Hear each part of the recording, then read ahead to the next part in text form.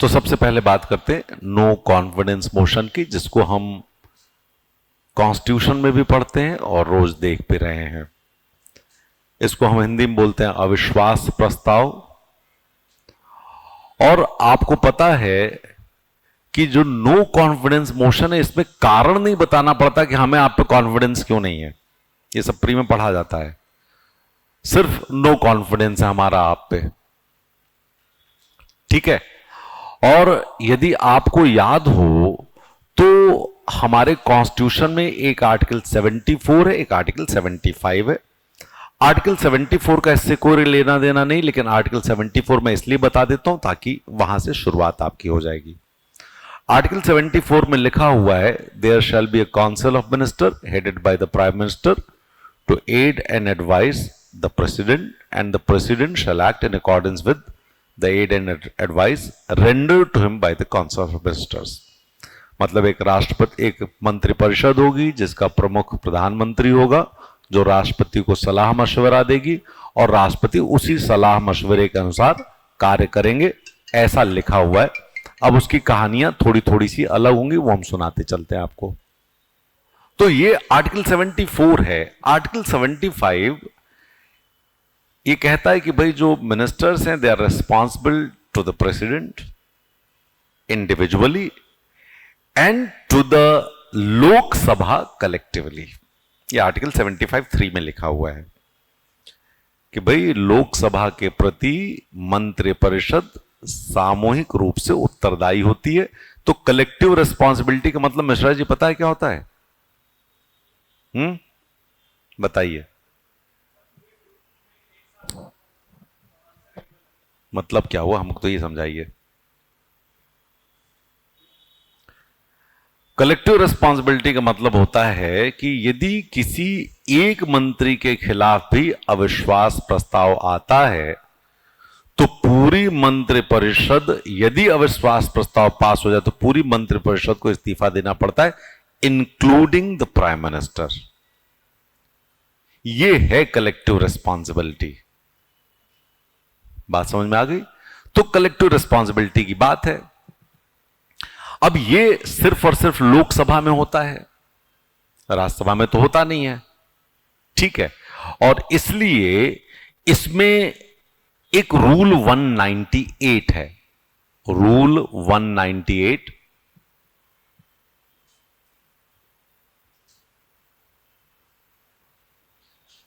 जिसमें कहा गया है कि 10 बजे के पहले एक रिटन नोटिस दिया जाए, एक मेंबर दे, और 10 दिन के भीतर इसमें मोशन सबमिट हो। 50 मेंबर्स यदि इसको सपोर्ट करते हैं तो स्पीकर एक डेट दे देता है कि भाई इस दिन हम आपका नो कॉन्फिडेंस मोशन टेबल करेंगे। समझ गया कि नहीं समझ गया? अब देखो, यदि हम लोग थोड़ा बहुत भी सोचे तो नो कॉन्फिडेंस मोशन का मतलब होता है मंत्रियों को जवाब देना पड़ेगा। अभी कहानी यह है कि संसद में बहस के लिए सब तैयारी है। मणिपुर के मुद्दे पे आज भी संसद चली नहीं ठीक से, यदि आपको पता हो तो। आज सवेरे शाम तक आपने देखा होगा, बहुत सारे लोग देखते होंगे, आज भी संसद चली नहीं है। वो ये चाहते हैं कि प्रधानमंत्री मोदी कुछ इस पर बोले, उनका वक्तव्य चाहिए, अदरवाइज की जरूरत नहीं थी। क्यों? क्योंकि जब प्रधानमंत्री संसद में बोलेंगे उसका मतलब अलग होता है, और जब प्रधानमंत्री बाहर बोलेंगे उसका मतलब अलग होता है, ठीक है।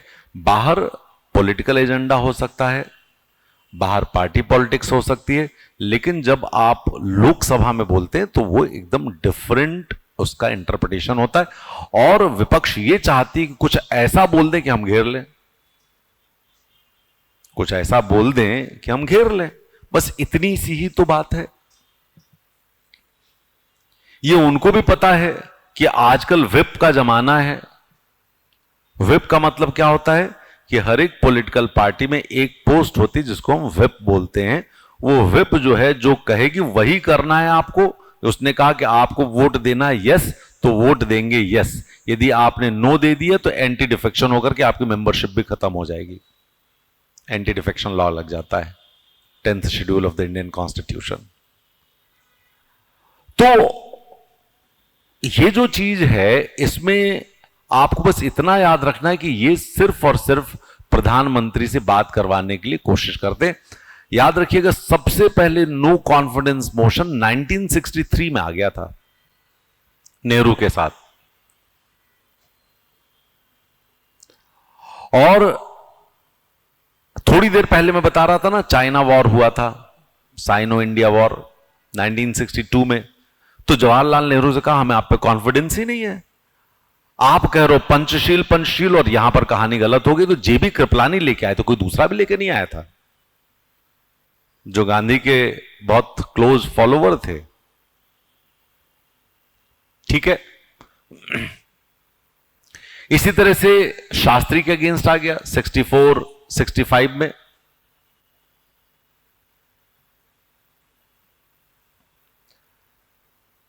ठीक है, तो सबसे पहली सरकार गिरी 78-79 में मोरारजी भाई की।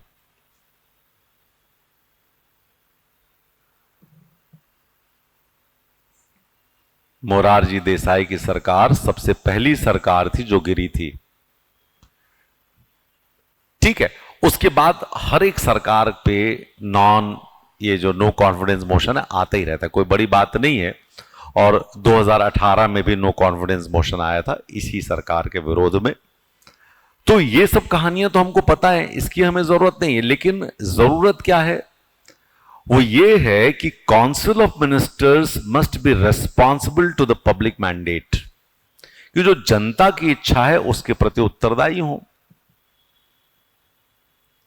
आप जो कर रहे हो संसद के माध्यम से जनता तक पहुंचे, क्योंकि जनता ने संसद में आपको पहुंचाया है और आप जनता के प्रतिनिधियों को जवाब देंगे। यही है ना, क्योंकि जब तुमको लिखना होगा तो आज से साल भर बाद यदि तुम अपना उत्तर लिखते हो तो ये तो नहीं लिखोगे कि नो कॉन्फिडेंस मोशन गिर जाएगा, क्योंकि इसमें तो कुछ बचा ही नहीं है। होगा ऐसा कि नहीं होगा? लेकिन कम से कम यदि ये क्वेश्चन आया है तो इस तरह के क्वेश्चंस का आपको इतिहास भूगोल सब पता होना चाहिए।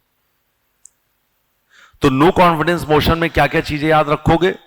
पहली बात आर्टिकल 75(3) याद रखोगे। दूसरी बात rule 198 of the rules of procedure and conduct of Lok Sabha, इसको याद रखेंगे। और किस तरीके से आता है, 50 मेंबर्स होने चाहिए। और आपको हम बता दें कि लोकसभा अध्यक्ष मना भी कर सकता है, यदि वो चाहे कि नहीं लाना है तो नहीं लाने देगा, शोर शराबा होगा, मना कर सकता है।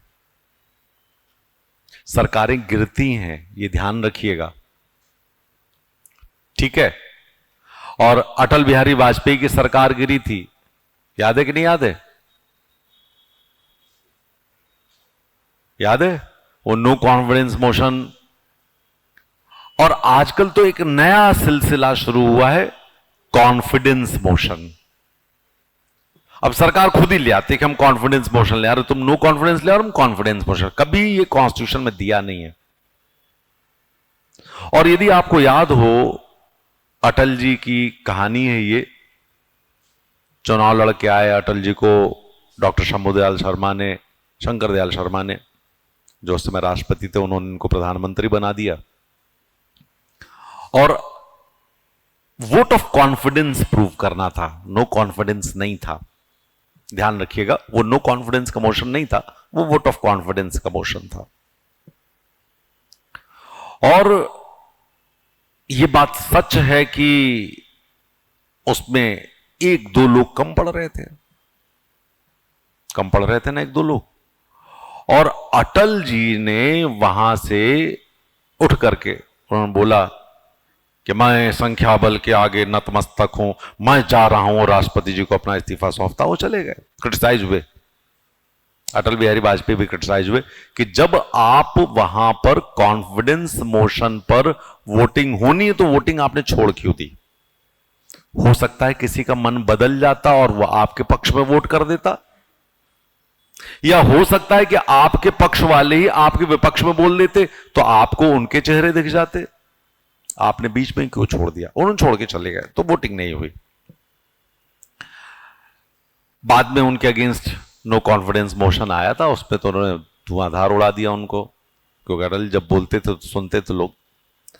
तो ये जो कहानी है, इस कहानी में मणिपुर केस जरूर सामने आ रहा है कि मणिपुर में ऐसी क्या परेशानियां हैं। आज भी पेपर में आपने पढ़ा होगा कि मणिपुर में इतनी सारी परेशानियां कि ट्रस्ट डेफिसिट हो गया है विद इन द कम्युनिटी। आज मेरे से एक इंटरव्यू में बच्चा पूछ रहा था कि सर ये बताइए कि जिस तरह के ट्राइबल अनरेस्ट हमको मणिपुर में दिखाई पड़ रहा है, क्या मध्य प्रदेश में भी दिखेगा? मैंने कहा नहीं दिखेगा ये, क्योंकि मध्य प्रदेश में वो रिलीजियस कॉन्फ्लिक्ट भी है, वो कॉन्फ्लिक्ट ऑफ द रिसोर्सेज भी है। यहां पर तो सबके अपने अपने रिसोर्सेज अलग अलग जगहों पर है, कोई कॉन्फ्लिक्ट इस तरीके का नहीं हो सकता वहां पर।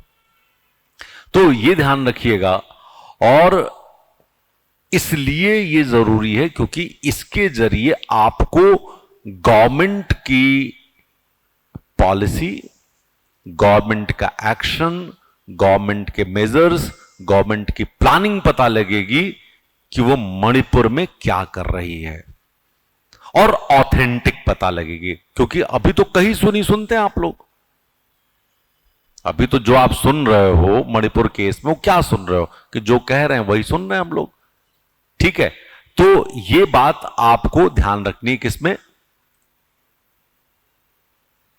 नो कॉन्फिडेंस मोशन में। मैंने कहा ना कॉन्फिडेंस मोशन में डिफीट हुए थे अटल जी, नो कॉन्फिडेंस में डिफीट नहीं हुए थे, ठीक है।